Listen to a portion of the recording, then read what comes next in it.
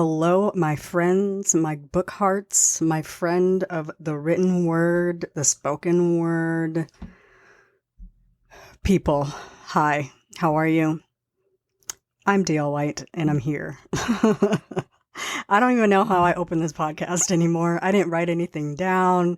I didn't plan anything. I just pulled up a bunch of stuff and said, hey, let's record a podcast. It's 10:29 a.m. on January 1st, so it is a new year, and I know that my voice is the first thing you want to hear here in this new year. I pushed recording a podcast to today because I wanted to have the full breadth of numbers from 2024 to review.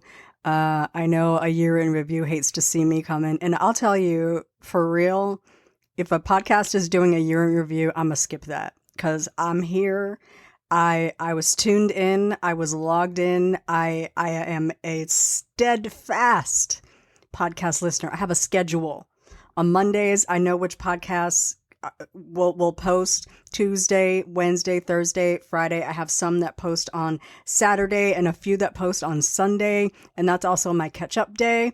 So, I was here for it the first time. I don't want to hear you go over it again. So if you're going to talk about everything you talked about in 2024, I'm out. Save that for the people who aren't big fans of your show. You know what I'm saying? I have a list of podcasts I listen to. That's not what this is going to be. This is just going to be because I like numbers. I want to take a look at what I did in 2024, not on the podcast, really. I did publish 36 episodes of the Bookcast. Yay. But also, I'm an author, and I run a little bitty author business, and my job is to write things that people want to buy and read and come back to. I want to see how well I did. And so I was really anxious to get up and pull the numbers and start analyzing things. And so that's what I want to look at. I'm a numbers kind of gal. If you're not a numbers kind of person, I welcome you to go ahead and do something else.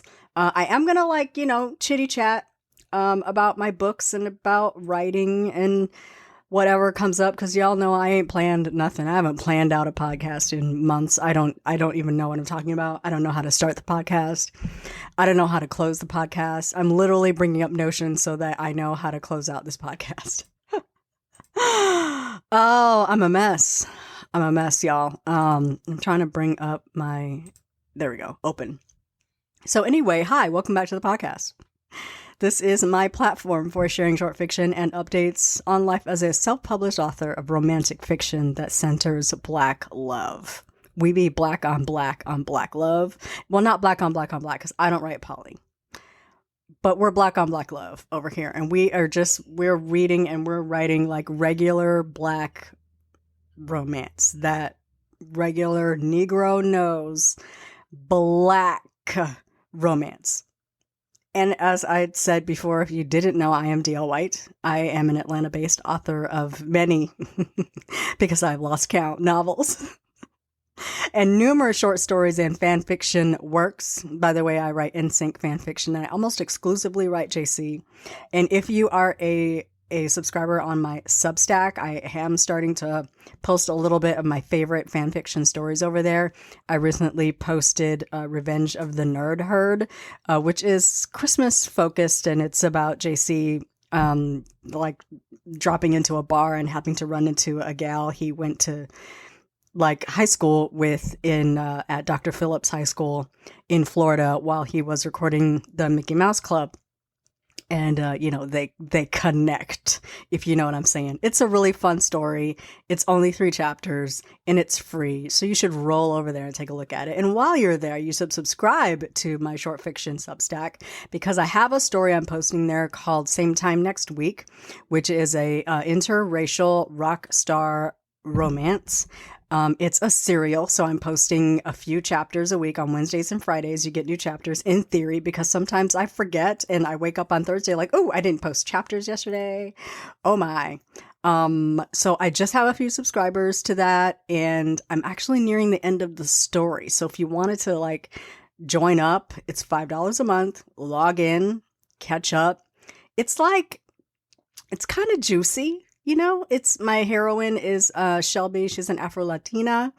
My hero is Jackson Sweeney. He's like a boy band or former boy band guy. This used to be fan fiction. Can you tell? I unfanficked it and wrote like a general commercial novel. And so Jackson Sweeney is kind of trying to find his footing because his group ended and his solo career is kind of stale and his woman left him. It's very much a country song.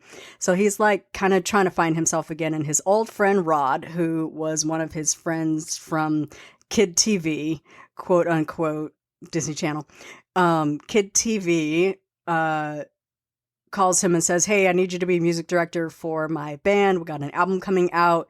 You need to take this job because we're good together." So he takes the job working with Rod Phillips, who's very, I know people want Rod Phillips to be Justin, but he's not. He isn't. Rod Phillips is more like, who's the lead singer of Maroon 5? Adam, what's his face?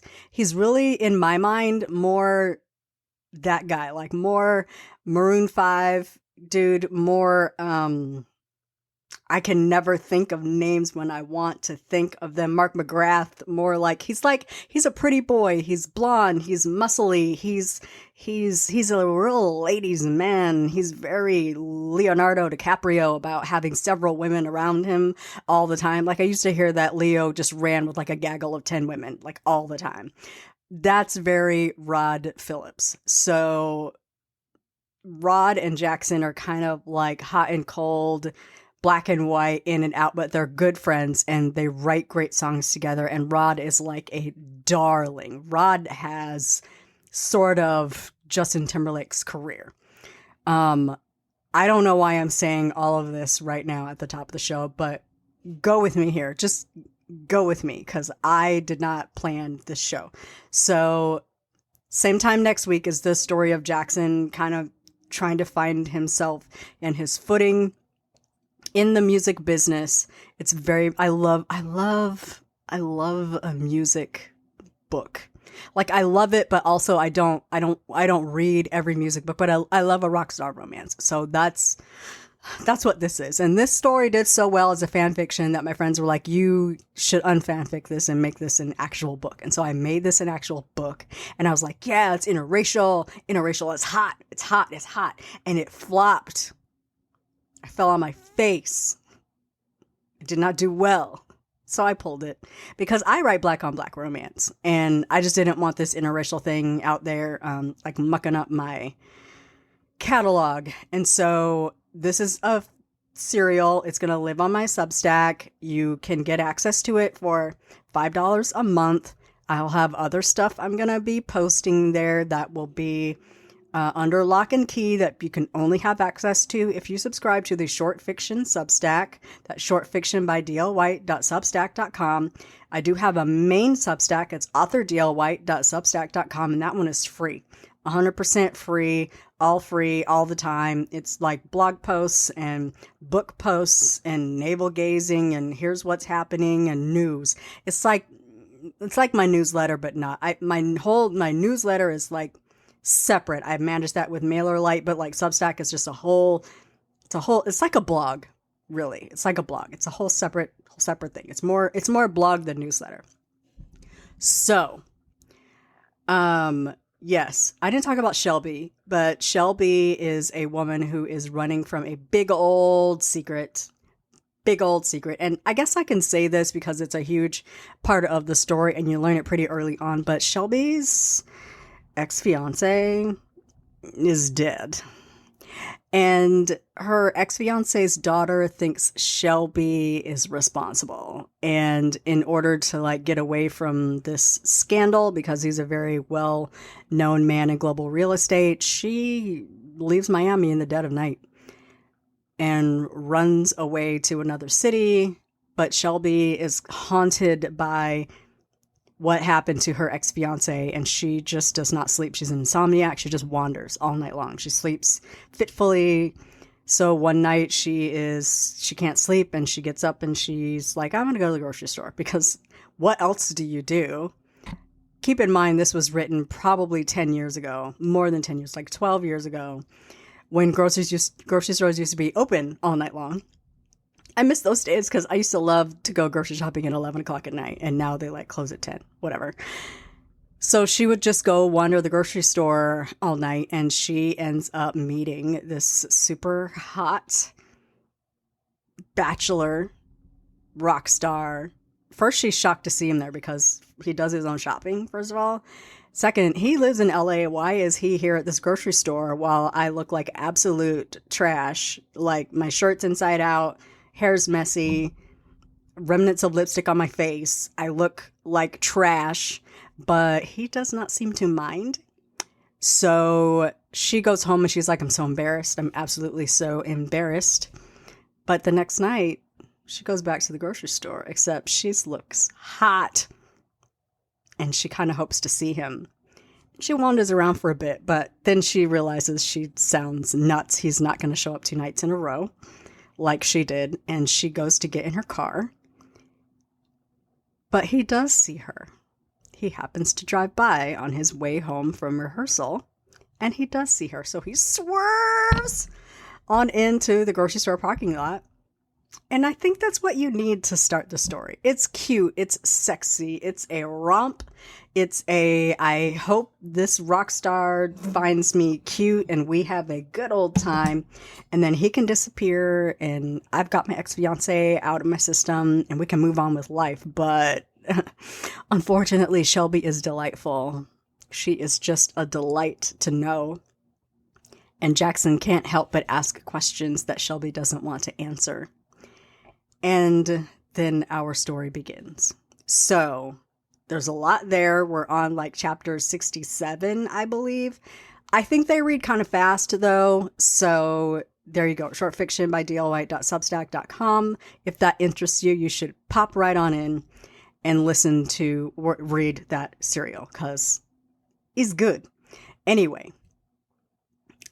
I forget where I was before I jumped into that, but that's where that is. I'm going to hopefully start posting more fan fiction, and I'm going to write or post another serial to the Substack for your reading pleasure. But I'm a reader first.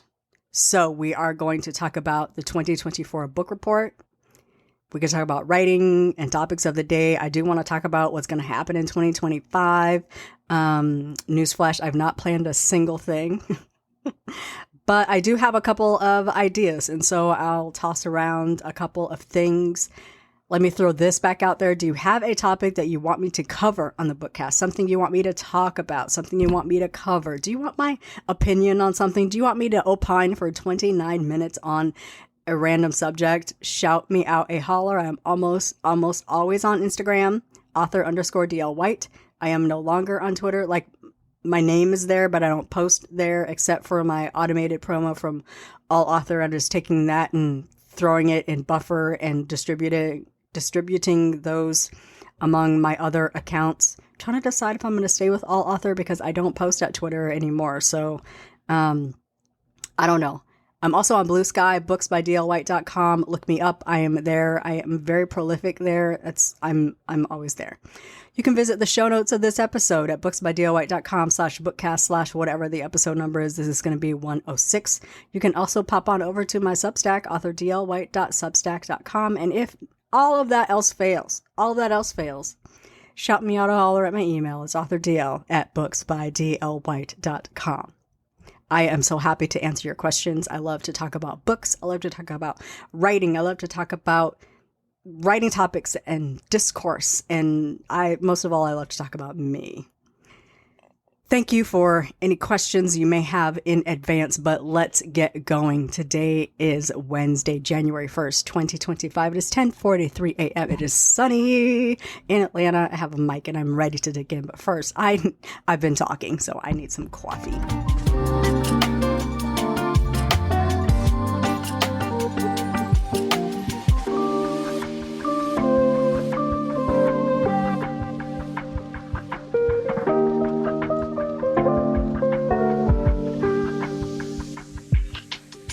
Okay, friends and lovers, welcome back. Let's talk books, first of all, because books are literally why I exist. And I just like talking about them. I want to talk about the 2024 in review. I don't want to go through all 225 books that I read in the year. If we are friends on Goodreads, you can look me up. I'm Coffee and Books. If you have any trouble finding me, shout me out a holler. I'm considering posting a list of all the books I read, but I feel like I've posted a lot of that on social media already. I don't know if anybody's going to read through a list of books I read. I don't know. I don't have any like analysis really. Like I have a very cursory analysis, but it's not anything deep. It's just a list of 225 books. I don't rank them. I actually rated very few of them, but here we go. Some interesting insights. My most active reading month was December. Of course, I read 39 books because I was on an amazing vacation, and I decided I was just going to read my face off, and read my face off. I did. I think I read more than 39 books in December. I think I ended up with like 40, 41, 42. A couple of these books didn't get into the export. In May, I read 22 books. In July, I read 21 books. Again, I had long vacations those months, and I was able to get in a good glut of reading. My lowest reading months were, this is very funny because this is a lot of books for some people, but January and September, I read 10 to 11 books each month, and that's a low month for me. That's hilarious. That's actually hysterical. And then my reading ramped up in spring, peaked midsummer, and then dipped in early fall, which is usual for me. I hit a lull in early fall, and then in September there's a lot of new books that come out, and then I get overwhelmed, and then I popped right back in. I surged again in December. Of course, I have a lot of downtime during the holidays. Authors I read a lot in 2024, Kendra Elliott and Melinda Lee. I finally gave in to Amazon shoving those books in my face. I read a lot of those authors, 15 books each. I kind of freebased them over the summer, like, hey, let me get into it. They're very easy to, and I did those on audio, very easy to listen to. I think Mary Burton was the year before, Robert Dugoni was the year before. I love a police procedural. So, I am all about that. Mary Burton is more like a domestic or psychological suspense. I read through her whole catalog. The year before, I think, was Minka Kent. So I read 15 books each, got them in audio. They're super easy to read while I was working or doing laundry or pretending to clean my room. Shay Sanders came in third. I discovered her last year and fell in love. If you just like a petty, snarky, witty banter, her books are so good. The love scenes are immaculate, but the dialogue, the story development, the characters, like I love her work. So I caught up with her. I got 10 of her books down, and then at Christina C. Jones and Tay Russ, I read like 4 or 5 of their books last year. I know I had some CCJ rereads last year. There's something about her work that makes me want to write. So I read her, and then whenever Tay Russ publishes a book, I pounce on it. So romantic suspense and thrillers are definitely my go-to genres, and then I like to pop in the occasional nonfiction, the occasional literary fiction or women's fiction, and romance in there to sort of cleanse the palate. My average book rating, this says my average is 1.83. That's because I didn't rate very many of the books, but I did have some 5-star reads. Winter, A Love Story by Norian Love. Let me just tell you, people, that book is so good. Norian Love is the truth. I got to catch up on his entire catalog, but Autumn and Winter, boo. Let me just tell you, Winter was good. I gave it 5 stars. Outstanding. Fantastic. If you are like a WNBA fan, I think you'll really love this. If you are like a, I don't know if I want to invoke Kobe Bryant, but this is a story about a basketball great his best friend, who is the widow of his brother and his niece, Miracle. And there's a lot to the story. I don't want to spoil it. It's so good. Please just go get it and read it. Put it into your face, inhale it, digest it. I've been in chats with Isata, Dear Bee Love Me. We're going to have a chat about this book, hopefully somewhere toward the end of January. Whatever. We want to give people a chance to read and ingest it, but we're definitely going to be talking about it. And I don't feel like hiding spoilers, so read it so you're not spoiled. And then the MLK biography, King, by Jonathan Eig, I think his name is. Really good. I so enjoyed it. It's long. It's a long book. But I ain't scared of long books. Contrary to popular belief, I am not scared of a long book. I do want to know how many African American pages are in that book, but I am not afraid of a long book.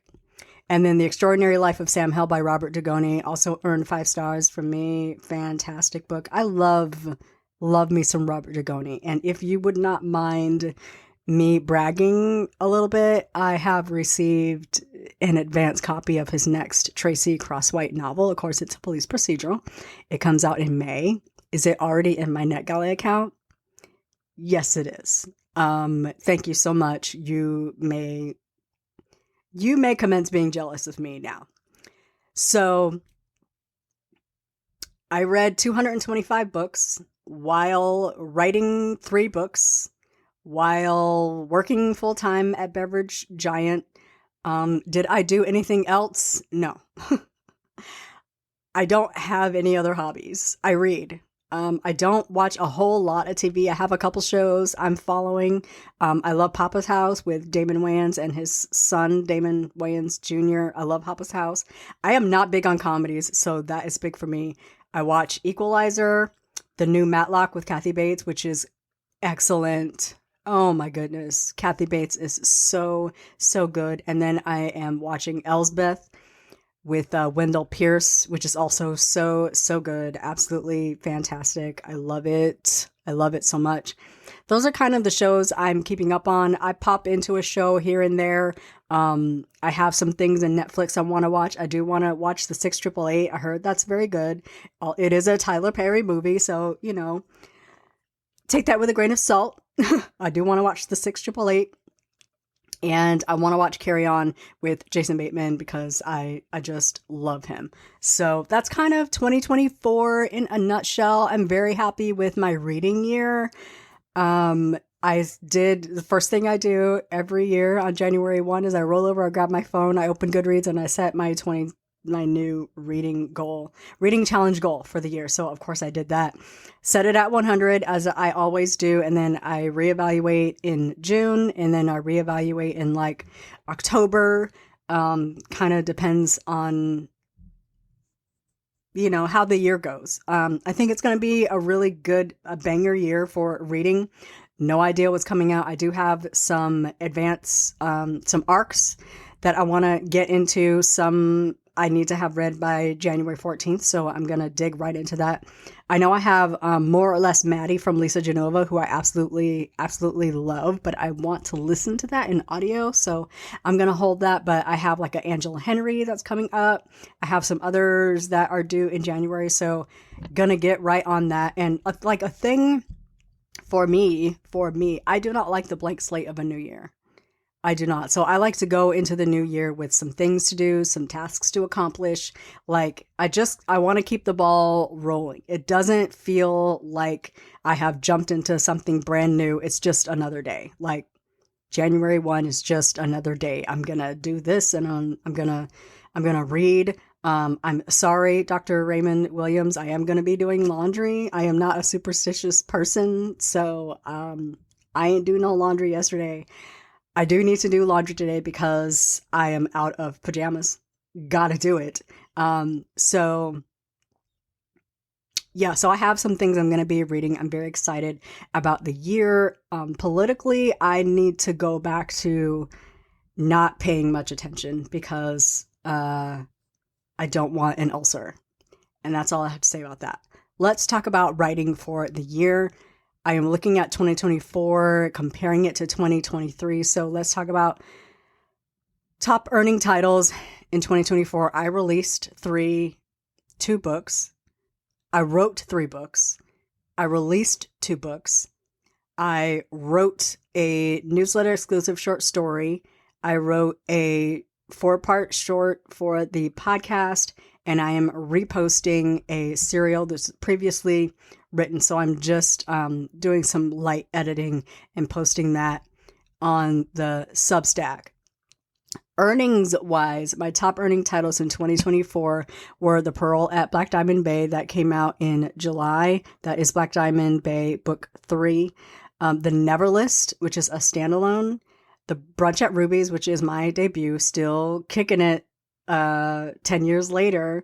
And Dinner at Sam's, which is the follow-up to Brunch at Ruby's. And then Home for the Holidays, which came out late December 2023. The Black Diamond series continues to perform well. It was, of course, my highest earning in 2024 because it was a brand new book. My Rubies series continues to perform, as well as the holiday themed series. I pushed those really hard this year because I realized I actually have like 5 holiday books out there. So I started pushing those, and then audiobook versions of Leslie's Curl and Dye, Brunch at Ruby's, and The Guy Next Door brought in solid royalties. I've been participating in a lot of like Stuff Your e-reader and indie audiobook deals for those books, just trying to push my audiobooks, my self-published audiobooks, and not really focusing on money I'm making at Audible or ACX because it's pennies. It's honestly, I'm making like maybe $30 a month in maybe. Like that's it. $30 is a good month from Audible, as opposed to making entirely more when I push through like Buy Direct for Authors, marketing audiobooks wide, book funnel promotions, indie audiobook deals. I'm definitely doing way more of that in 2025. And then print editions did generate some royalties, but I don't make a lot in print. So the only way I really do well in print is if I order it myself and I sell copies here, like on a special event. Like I did a Black Friday event for print. I didn't really actually sell a whole lot. Yeah. So I have some books I still need to get rid of here in the house. I don't keep print here in the house anymore because I hate going to the post office. So most of my books have a book funnel link if you go to order for print. But I do have some here at the house that I do still need to get rid of. Maybe I'll do a New Year's sale. But I do have some books I still need to ship out from my Black Friday sale. I am so sorry. They are going to get out. So overall royalties from 2024 were $2,836.93. Now that's overall all of the platforms plus self-published sales. Compared to 2023, my royalties are down. I sold $3,500 in ebooks in 2023. Now, the caveat to that is that I published Hey Lover December 31st, 2023. So most of my sales for Hey Lover happened in 2024. So there's a little bit of overlap. If I would have published that book a little bit earlier in the month, I think we would probably see an even spread. But some of my series continue to hold steady or even grow, like Black Diamond, The Holiday Romances, The Pearl, Festival at Evergreen Falls sold pretty well, and hopefully like having a whole year now to push my holiday books. I think I'm going to start pushing those early. Like publishers start promoting their holiday books in September, which I think is really early, but I can start like dripping it in September and then like turning the faucet on high beginning early in November. So I have always said I'm not a series gal. And here I am with 3 series. And like adding to those series. I still don't want to say I'm a series gal, but I mean, I don't know. I think I want to take advantage of readers who want to read books in series and but also I want to release standalones. Another thing I want to do in 2025 is just keep working on short fiction and exercise that muscle. I am not good at writing short because I feel like it should be a full story, even though it's 10,000, 12,000, 20,000 words. Even like the festival at Evergreen Falls, I don't remember I think that was like 20,000 words. And the note from my editor was like, I could feel you holding yourself back. And if you would have expanded to like 40,000 words, this could have been a fuller story. And yes, it could have. But the point was to write a short. I didn't want to write a 40,000 word novel, So I have a really hard time writing short because I feel like the story should be full. And I want to keep working that muscle, writing it short, making it meaningful with fewer words. So that's going to be kind of what I want to work on. Maybe a monthly short story that I just put up for sale at my store. And then do two collections of short stories to put on the retail sites. But I just I want to write for the fun of writing, but I also want to make money writing. You know what I'm saying? Because your girl has audiobooks she still wants to get out, and I can't. I can't do that for free. It costs at the very least, about $5,000 to put one audiobook out. And I don't even make that in a year. So I got to find ways to be more prolific, to write more, to strengthen my muscle in things I'm not strong in, but want to be stronger in. Not that I want to really focus on things I don't do well, but also I want to focus on things I don't do well. Because I don't think I'm terrible at writing short stories. I do want to get better. I don't focus on things I absolutely suck at. I don't write horror because I just can't do that. But I also want to get, closer to my goals in writing things like a romantic suspense or a romantic mystery, which that is what is hopefully going to be coming in 2025. I don't know when. I don't have a date on it. I finished it and I want to flesh it out over first quarter. But that is what Missing Persons is going to be, a romantic mystery. I'm very excited about that. I don't know if you can tell. I also have Calculated Risk that is coming. That's a romance, and it's part of a group project. They are due to the publisher February 1, and then they will come out over the course of the spring, and then in the summer I can put it on retail. So I'm also excited about Calculated Risk because it turned out very cute. A little bit of steam. My stories always have a little bit of steam. I don't think I could write closed door if I try. I complain about writing sex scenes, but I don't think I could write a closed door romance. I am just rambling. Anyway, so ad spend for 2024 compared to 2023, I spent $149 in 2023. So it's not really worth looking at, but I decided to dive into Facebook ads in 2024. I invested a total of $626.42 in Facebook ads. This generated 467,939 ad impressions. I don't have a clear understanding of what that means, but it showed up 467,000 times to people. I reached 430,630 people, which isn't too bad considering I don't pay a whole lot for ads. I keep a very tight budget on my ads, very tight. 4,718 clicks to my book sales pages, resulting in $1,440.78 in book royalties. Though that's just strictly from my ad spend. My top 3 highest ad spend months were October with $160, July with $150, and December with $129.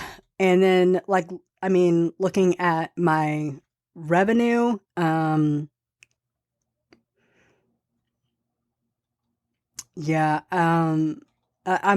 trying to decide if it's worth it. I feel like it brings more people to my page. If it resulted in sales and I made profit over that, which I clearly did, I'll take it. I'll take it. I was looking back at 2023. I'm just looking back here at my numbers because I did go and pull a whole bunch of stuff. I think that's it. That's all that's really interesting to me. I'll pull together, of course, things in a blog post somewhere, maybe on my Substack once I get everything all together. Just because I like to have something to look back on. I can't know if I did better if I don't know how I did in the past. So 2025, I know I've already talked about stuff I want to do in 2025. 10th anniversary of Brunch at Ruby's. I am working on the cover for that. I want to do a hardback special edition. Sorry, I got an email. Also, short stories. Also, the Three Sisters trilogy. Also, Missing Persons, Calculated Risk, the next Powder Lake book. I do not have a Black Diamond book in mind. Those have to come in summer, and I almost have to start those the year before in order to get like a full story, and I don't have an idea. So I think I'm going to take the year off from Black Diamond. I did not do a Powder Lake book this year, so maybe next year is a good year to add a Powder Lake book. I do have a story planned and about 6 chapters written. I'm interested in it. I hit a wall and then I get tired and then I get frustrated and I go write something else I can actually write. So I may add to the Powder Lake series this year, but also I'm really craving new people. I'm craving I want to do something new. I want to make things. I just watched an interview, JC Chazet, one of my favorite writers, entertainers. He was in NSYNC. I write fan fiction almost exclusively about quote unquote JC. He was on Lady Gang last year talking about Playing with Fire, which is the musical that he's writing. And he just is a person that likes to make things. He said, I just want to make things. And like my brain will just jump from this to that, to this to that. And whatever lights my brain on fire, that's what I want to jump into. And I see a lot of people that are very excited about 2025. And I'll tell you, what I am excited about is reading and writing. Because it is what's going to keep me sane. It's what's going to keep me off of the news blogs. It's what's going to keep me off of Twitter. It's what's going to keep me out of reading things that just make me roll my eyes or make me angry. I would say I am still not okay about the election. I'm, to be honest, dreading this upcoming administration. The last time that leader was in office was horrific to me. It's waking up every day wondering what happened overnight, what's going to happen today. I need an outlet, and I need a way to turn that off. I need something that's going to keep me busy. Work is going to be very busy. So I'm just going to jump into the year with both feet. I'm going to put my headphones on. I'm going to be deep into podcasts, deep into books, deep into bookish content, celebrating my culture, celebrating my people, writing books, writing short stories, just trying to dig in. And that's how I am going to get through this upcoming administration. My thoughts and prayers are for a less tumultuous time than the last go round, and we'll see. But my heart is heavy and I'm troubled, and I know I'm not the only person.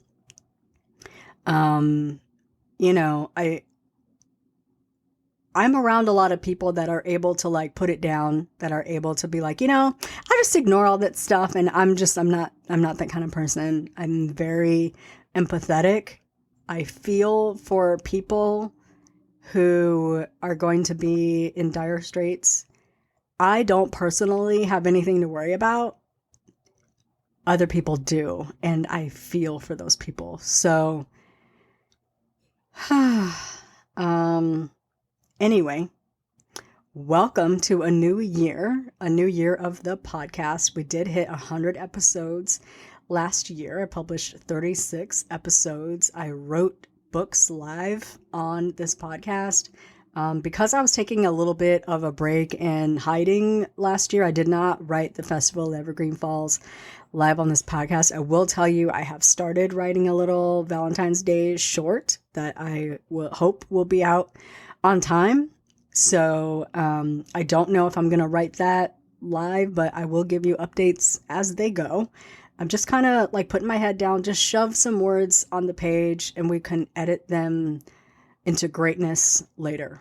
You know what I'm saying? So I believe that's all the rambling I want to do for the day. If I have anything else that I want to chat about, I will bring it up on Saturday when we have our official first podcast of 2025. Until then, that brings us to the end of today's show. I think it was a good one.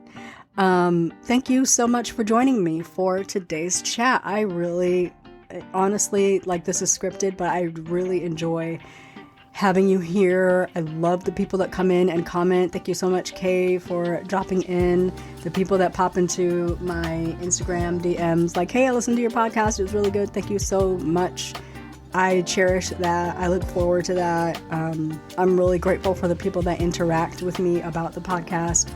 I do welcome your comments or your feedback. You can drop in at booksbydlwhite.com/bookcast/106, I believe.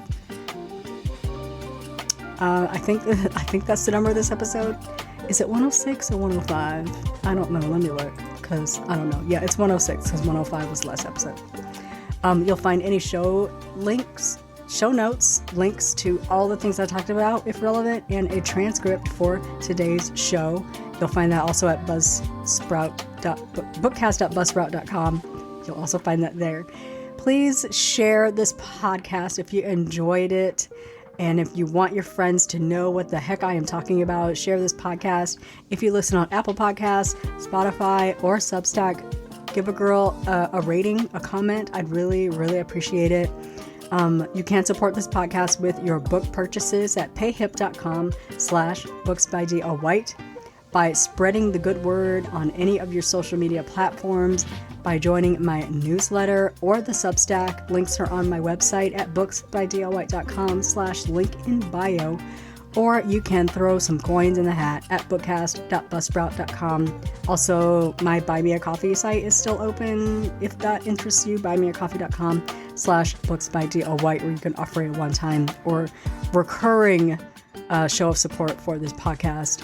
I want to thank my monthly supporters whose gift covers my Buzzsprout subscription currently. I do so appreciate it. And I am adding people that are supporting the podcast to the short fiction Substack. So if you support the podcast, I will add you to the short fiction Substack for free. If you haven't seen it yet, hang tight. I will get that taken care of. That will give you access to all of the paid posts over on the short fiction Substack. The main Substack is free, always gonna be free. I don't feel like charging for like my blog posts. Every little bit really does help. The Bookcast is written, produced, and edited by me, D.L. White. Our theme music and any sound effects are provided by Pixabay. I will be back next week, this Saturday, this Sunday. Until then, please enjoy your week. Have a superlative weekend. We will chat again so very soon. Bye-bye.